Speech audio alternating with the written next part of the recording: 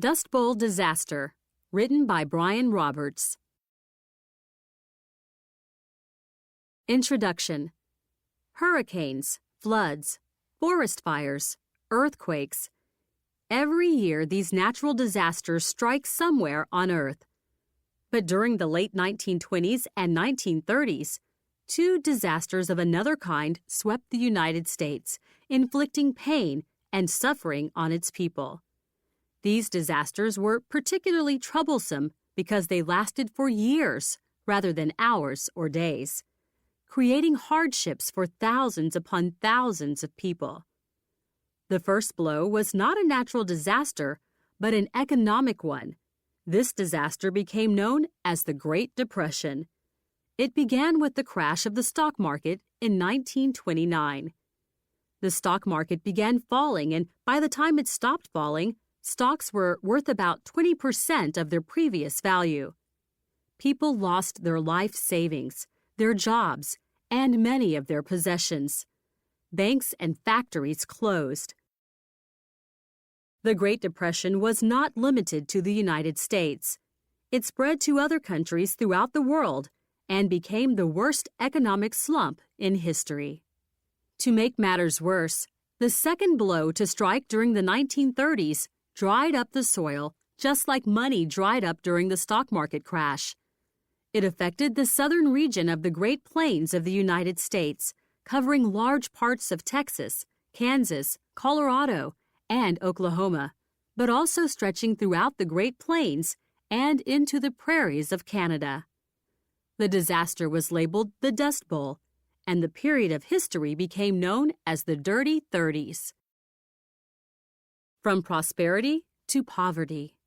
Farmers in the Great Plains had been prospering for decades before the Dust Bowl struck. World War I, 1914 to 1918, prevented European farmers from growing wheat, so farmers in North America sold their wheat to buyers who shipped it overseas.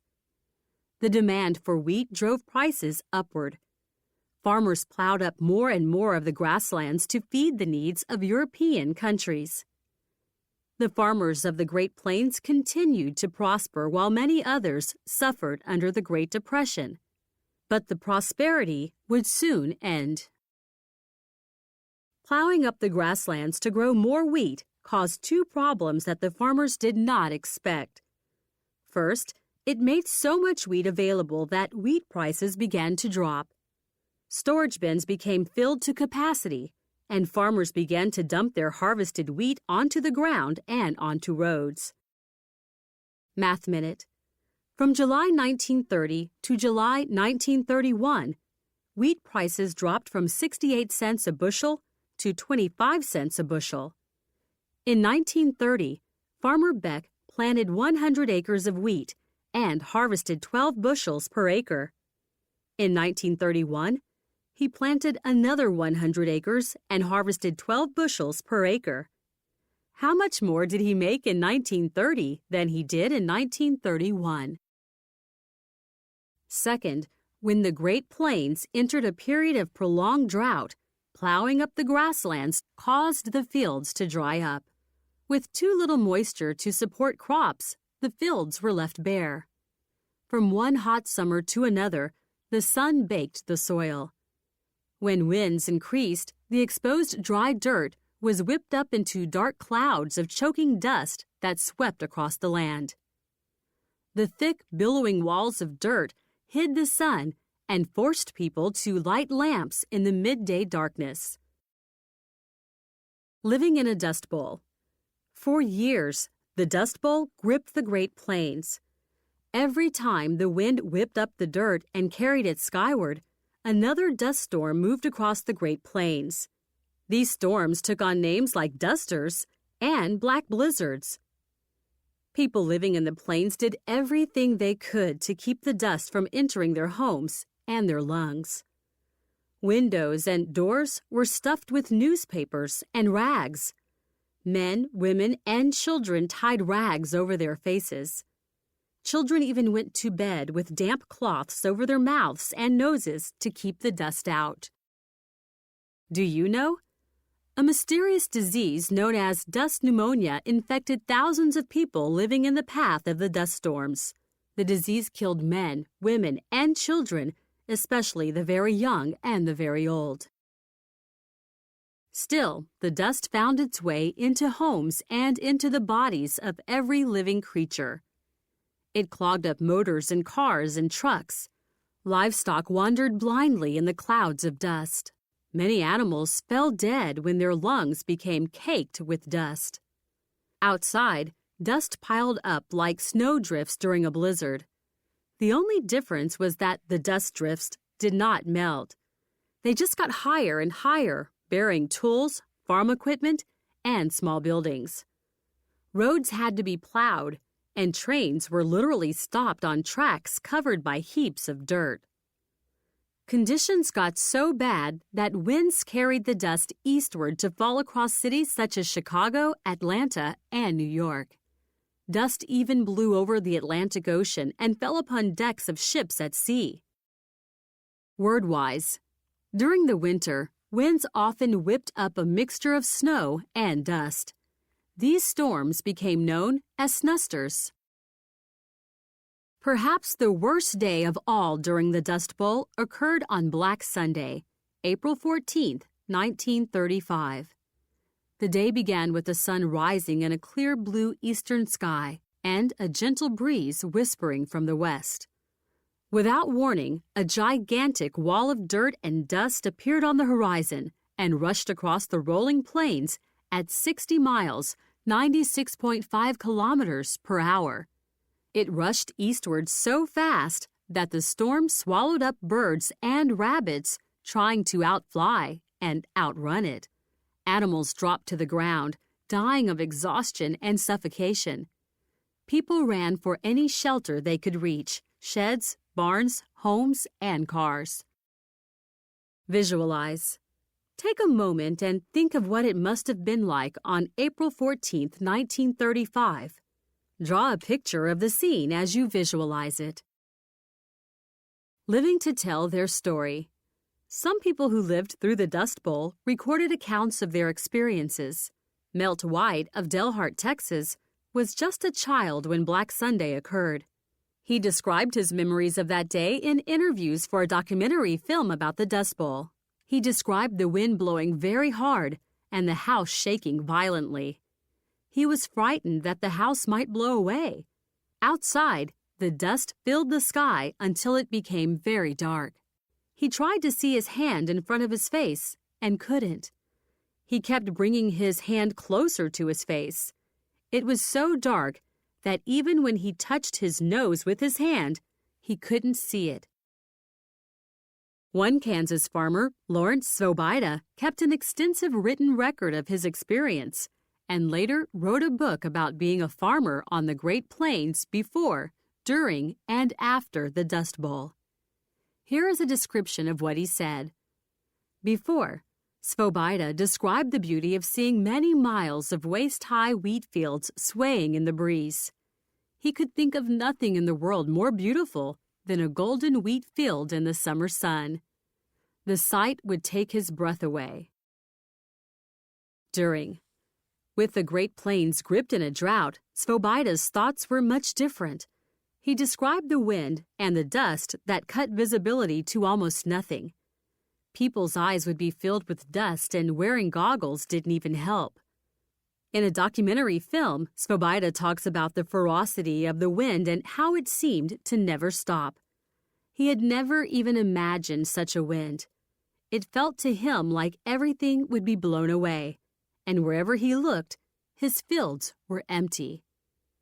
In his book, Svoboda wrote about how the experience changed his feelings on farming, which had once provided him with joy. When he knew his crops were irrevocably gone, he described feeling as if there had been a death. Nature had flouted his desire to work the land and the dreams he had of being a farmer.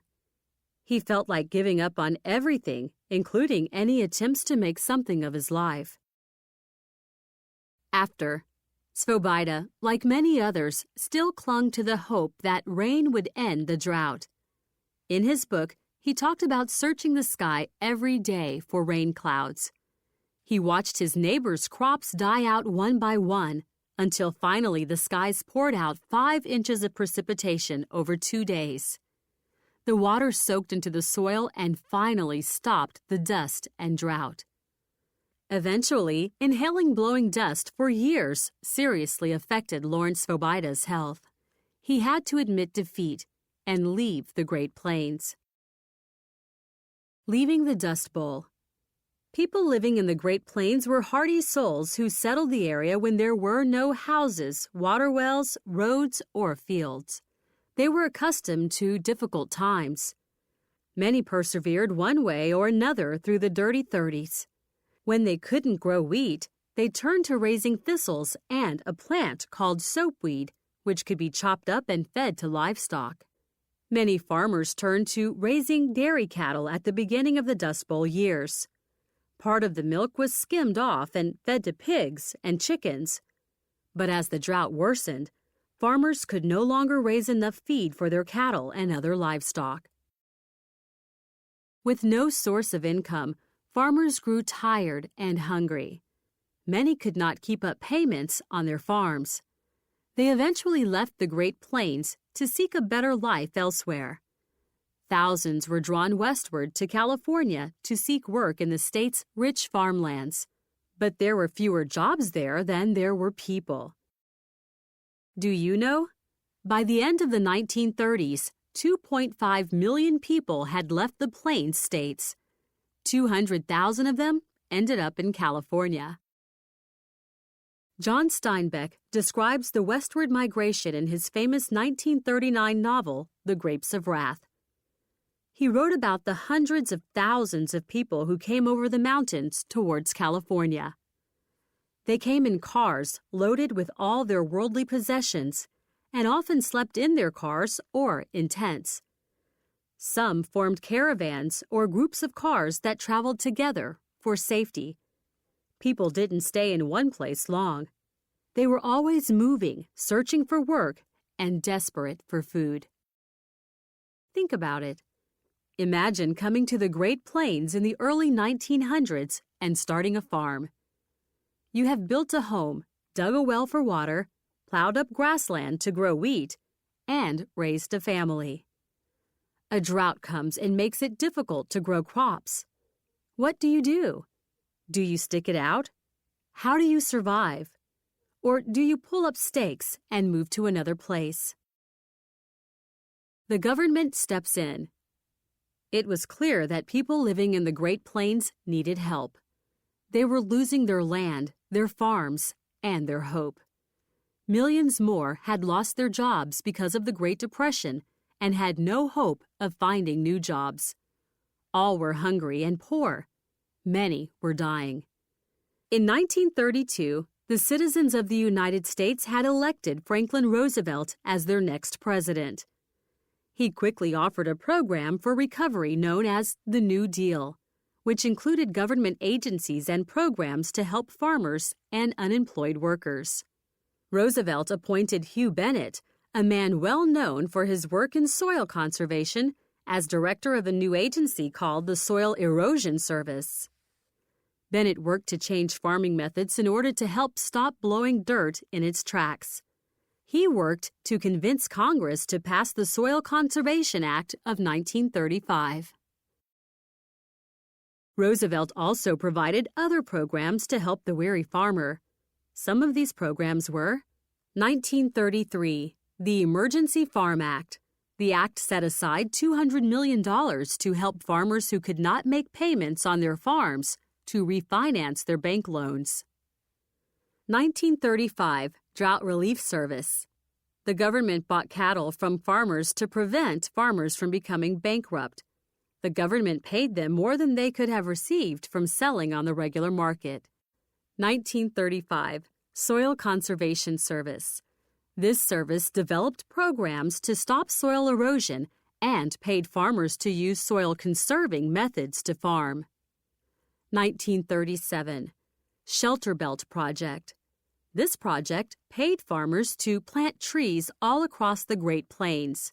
Trees planted along fence rows would stop wind from carrying away soil.